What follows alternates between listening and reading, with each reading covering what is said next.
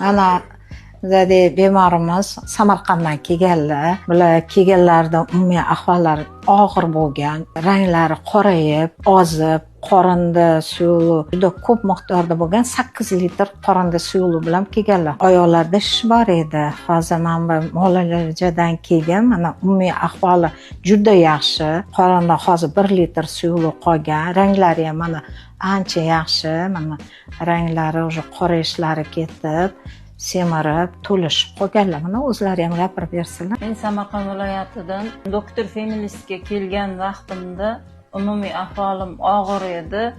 Boshim og'riydi, yuragim qisiladi, ishtaham yaxshi emas edi, yo'q edi, umuman yo'q edi, yaxshi emas edi. Nafas olishga qiynalardim, charchoq kuchli edi, hansirab qolardim, oyoqlarimda shish bor edi.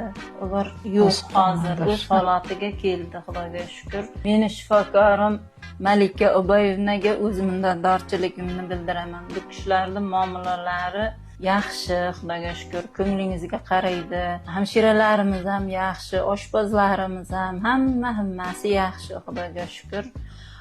Tozaligi ham joyida.